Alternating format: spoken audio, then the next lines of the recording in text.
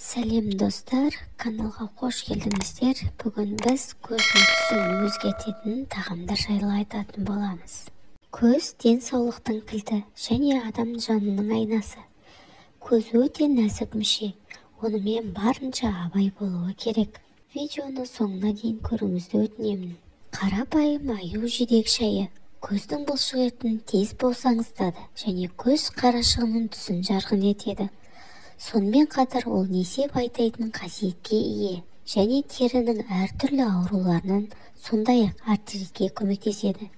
Сондықтан егер сіздің жалпы көзіңіздің түсіне риза болмасаңыз, бірақ оны жарқын еткіңіз келсе, тыныштандыратын шай, яғни аю жидегі сізге керек-ақ. Бал. Күнделікті диета үшін қолданып жүрген болсаңыз, кәдімгі бал көздің түсіне айтарлықтай әсер етуі мүмкін. Бірақ балдың табиғи таза түрін қолдансаңыз, балды күнделікті үзіліссіз үнемі тұтыну көз алмасы мен қарашығына ерекше әсер етеді. Көздің табиғи түсіне жеңіл реңк береді. Шпинат көздің саулығын сақтауға көмектесетін микроэлементтерге бай. Шпинаттағы темірдің жоғары мөлшері олардың түсін ашық және қанық етеді. Шпинат қатерлі ісіктің, кемікпенің алдын алуға көмектеседі. Қан қысымын төмендетеді және сүйектерді нығайтады. Балық. Теңіз өнімдері дәрумендердің барлық түрлеріне, әсіресе В, С, А, Д, Е дәрумендерінің бай көзі болып табылады. Балық көздің көруіне өте жақсы әсер етеді. Түймедақ шайы. Бұл керемет пайдалы шай жүйке жүйесіндегі стресс гормондарының концентрациясын төмендетеді және көзге жылы реңк береді.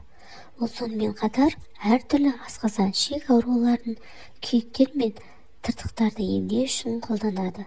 Келесі өнім пияз. Пиязды үнемі тұтыну көздің түсінің біртіндеп өзгеруіне және терінің жақсаруына келеді. Пияз көз қарашығы мен шаштың саулығына оң әсер етеді. Сондай-ақ күйзелістің белгілерін жеңілдетіп, ұйқысыздықты емдеуге көмектеседі. Егер сіздің көзіңіздің түсін айтыларлықтай өзгерткіңіз келсе, онда кез келген жаңғақ түрі сіздің дастарханыңызда үзілмеуі тиіс.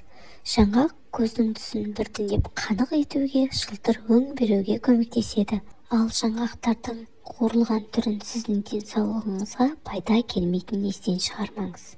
Келесі видео жаңғақтарды қалай қолдану керектігін айтатын боламын. Ол үшін каналға жазылып, қоңырау белгісін басуды ұмытпаңыз.